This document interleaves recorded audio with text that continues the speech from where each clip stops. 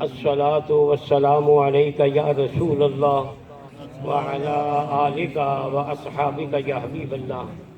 تمام حاضرین شوق کے ساتھ اور پیار کے ساتھ ایک دفعہ بآواز بلند یہ نہ سوچے کہ ہم تعداد میں کم بیٹھے ہیں، یہاں ذکر کرنے والے بیٹھ جائیں، رب کے فرشتے بھی شامل ہو جاتے ہیں اور قوم جنات میں سے بھی اس محفل میں شامل ہو جاتے ہیں۔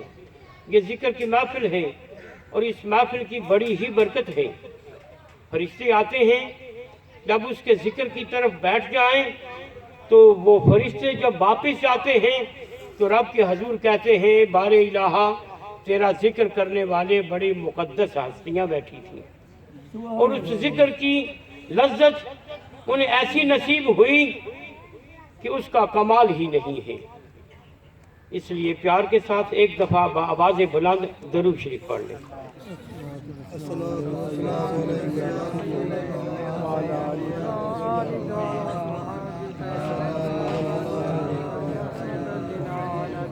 اے رحمت تمام میری ہر خطا معاف، اے رحمت تمام میری ہر خطا معاف، میں انتہائی شوق سے گھبرا کے پی گیا، پیتا بغیر اذن یہ کب تھی میری مجال، در پردہ چشمے یار کی شہ پا کے پی گیا، اور کعبے کے زیر سایہ، کعبے کے زیر سایہ میں شرما کے پی گیا، پیتا بغیر اذن یہ کب تھی میری مجال، در پردہ چشمے یار کی شہ پا کے پی گیا، وہ جو پینے آئے تھے جام میں وہ کبھی کے پی کے چلے گئے، تو مگن ہے اسی سوچ میں کہ حلال ہے کہ حرام ہے۔ سبحان اللہ۔ حضور قبلہ عالم پیر طریقت رہبر شریعت واقف اسرار رموز حقیقت حضور قبلہ پیر فضل کریم صاحب برکاتم قدسیہ، آپ کی اجازت سے کھڑا ہوا ہوں، اللہ کریم حق کہنے کی توفیق عطا فرمائے۔ ہمارے یہاں الحمدللہ ہر ماہ ہی 11ویں شریف کی محفل انعقاد پذیر ہوتی ہے، اور ہر مہینے کسی نہ کسی نسبت کے ساتھ ہماری اس محفل کا تعلق ہوتا ہے، اور آج غوث الثقلین محبوب سبحانی قطب ربانی شہباز بارگاہ عرفانی سیدنا و مرشدنا عبد القادر جیلانی البغدادی الحسنی والحسینی رضی اللہ تعالی عنہ کے عرس پاک کی محفل ہے۔ آج بڑی 11ویں شریف کا نام اسے دیا جاتا ہے۔ حضور غوث الثقلین محبوب سبحانی قطب ربانی کا امت مصطفیٰ پہ بڑا احسان ہے۔ امت مصطفیٰ کے لیے آپ کی سب و روز کوششیں اصلاح معاشرہ کے لیے آپ کی جو کاوشیں ہیں وہ کسی سے ڈھکی اور چھپی نہیں، پوشیدہ نہیں، لیکن یاد رکھیں جن کو رب ذوالجلال نے اپنی دوستی میں قبول کر لیتا ہے ان کی زندگی کا نقشہ پھر یوں ہی ہوا کرتا ہے۔ وہ معاشرے کی اصلاح کی طرف توجہ دیتے ہیں، خانقاہوں میں بیٹھ کر وہ قلب و نظر کے تزکیے کی طرف دھیان دیتے ہیں، آنے والا وہ کس ذہن کا ہے، وہ کس قماش کا ہے، وہ کس مذہب کا ہے، انہیں اس بات کی پرواہ نہیں ہوتی، لیکن ولی کامل ایک نگاہ اٹھا کر اس دل کا تزکیہ فرما دیتے ہیں۔ سبحان اللہ۔ اس لیے کہ یہ قوت رب ذوالجلال نے اپنے محبوب کے وسیلہ سے اپنے بندوں کو عطا کیا، اپنے دوستوں کو یہ قوت عطا کی ہے۔ بیٹھنے والا تو تنہا غریب النواز حضور قبلہ سلطان الہند تنہا بیٹھے ہیں پرتھوی راج کے محل کے سائے کے نیچے، لیکن جب اٹھے 95 لاکھ کو نبی کا کلمہ پڑھا کے اٹھے۔ سبحان اللہ، سبحان اللہ، ماشاءاللہ۔ کسی ماہر تعلیم سے پوچھ کر تو دیکھو 95 لاکھ افراد کے قلب و نظر کے زاویے بدلنے کے لیے کتنی عمارت چاہیے، کتنا فرنیچر چاہیے، کتنے اساتذہ چاہیے، خرچے کا اسٹیمیٹ تو لگواؤ، سن کر حیران رہ جاؤ گے۔ 95 لاکھ افراد کے قلب و نظر کو بدلنے کے لیے کتنا خرچہ اٹھتا ہے، لیکن ولی کامل کو رب ذوالجلال نے وہ نگاہ بخش دی ہے کہ ایک نگاہ اٹھاتا ہے تو نبی کا غلام بنا دیتا ہے۔ سبحان اللہ، ماشاءاللہ۔ اور نبی کا غلام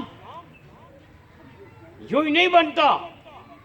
اگر کوئی یہ تصور کرتا ہے کہ میں نماز چھوڑ کر، روزہ چھوڑ کر، زکوٰۃ چھوڑ کر، خیرات چھوڑ کر میں رب کا دوست بن جاؤں یا میرے دل کا تزکیہ ہو جائے، یہ اس کے ذہن کا فطور ہے۔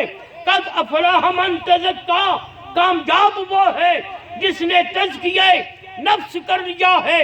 اور تزکیہ نفس یوں ہی نہیں ہوا کرتا، کسی خواجہ خواجگاں غریب النواز مہروی کی نظر پڑ جائے تو قلب و نظر کے زاویے بدل کے رہ جاتے ہیں، پھر قلب و نظر کے زاویے بدل کے رہ جاتے ہیں، ان کے دل کی کیفیات بدل کے رہ جاتی ہیں۔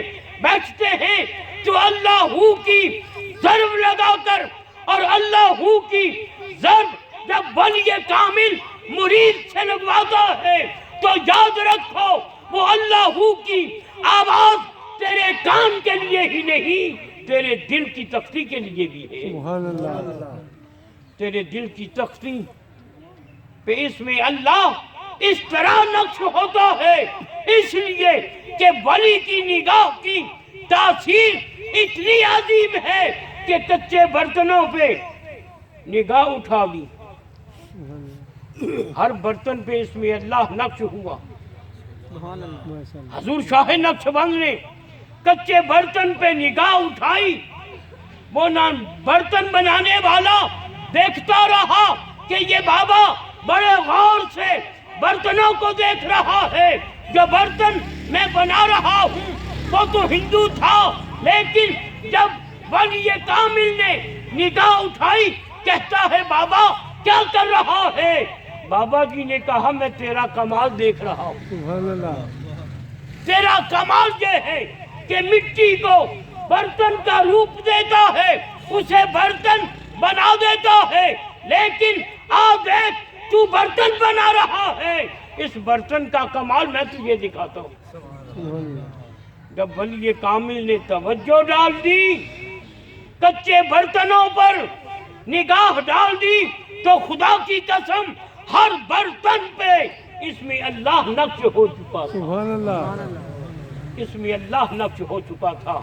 حاضرین محترم، حضور غوث الثقلین محبوب سبحانی قطب ربانی شہباز بارگاہ عرفانی کی بارگاہ میں ایک چور آتا ہے، ڈاکہ ڈالنے کی نیت سے، چوری کرنے کی نیت سے، رات کو وہ تلاشی تو لے رہا ہے، اسے کچھ برآمد نہ ہوا، اسے کچھ ملا نہیں، اور اسے داؤ لگ ہی نہیں سکا، وہ بچتا بچاتا بھاگنے کی تیاری میں حضور غوث الثقلین نے پکڑ لیا، ہاتھ باندھ کے کہتا ہے حضور میں نے کوئی چیز نہیں چرائی، دیکھ لیں، تلاشی لے لیں، میں نے کچھ اٹھایا نہیں۔ غوث الثقلین کی نگاہ کی جو رانی ہی عجیب تھی، فرمایا اسی لیے تو تجھے روکا ہے، میرے گھر میں آ کر تو خالی پلٹ جائے، ان کے در پہ جو آ جائے یہ انہیں خالی نہیں پلٹایا کرتے۔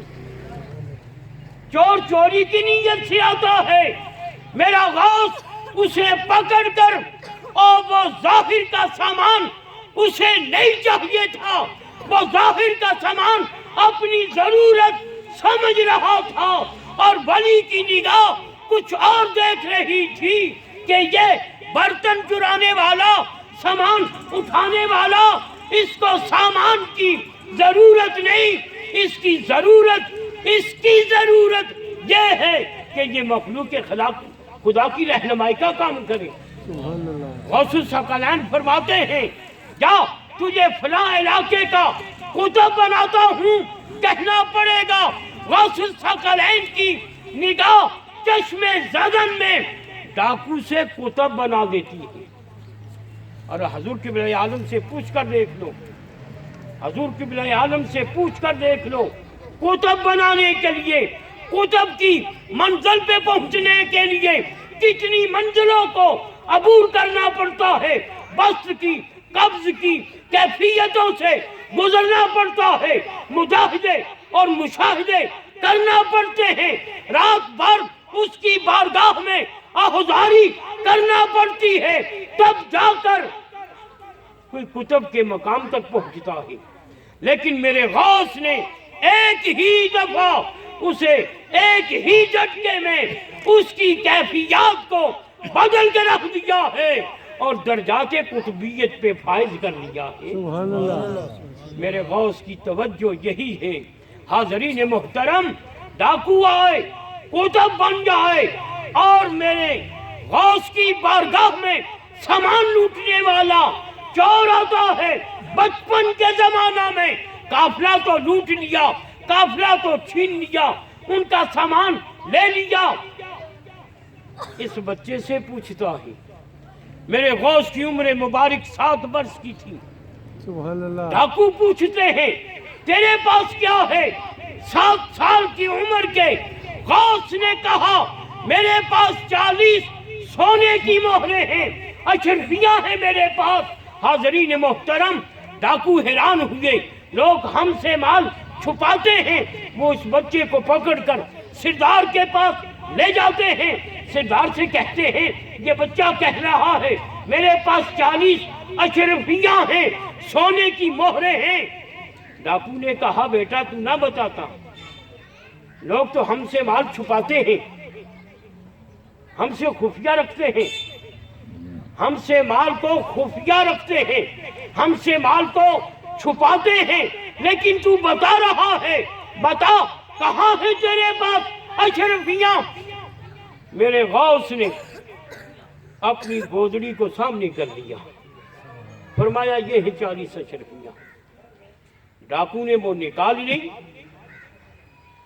سردار کہتا ہے اے بیٹا تو نہ کہتا، ہمارا شبہ ہی تیری طرف نہ جاتا، لیکن یہ کیا ہوا، کیا ماجرا ہے؟ غوث الثقلین کی ایک روحانی جملے نے ان کے دل کے زاویے کو بدل کے رکھ دیا ہے۔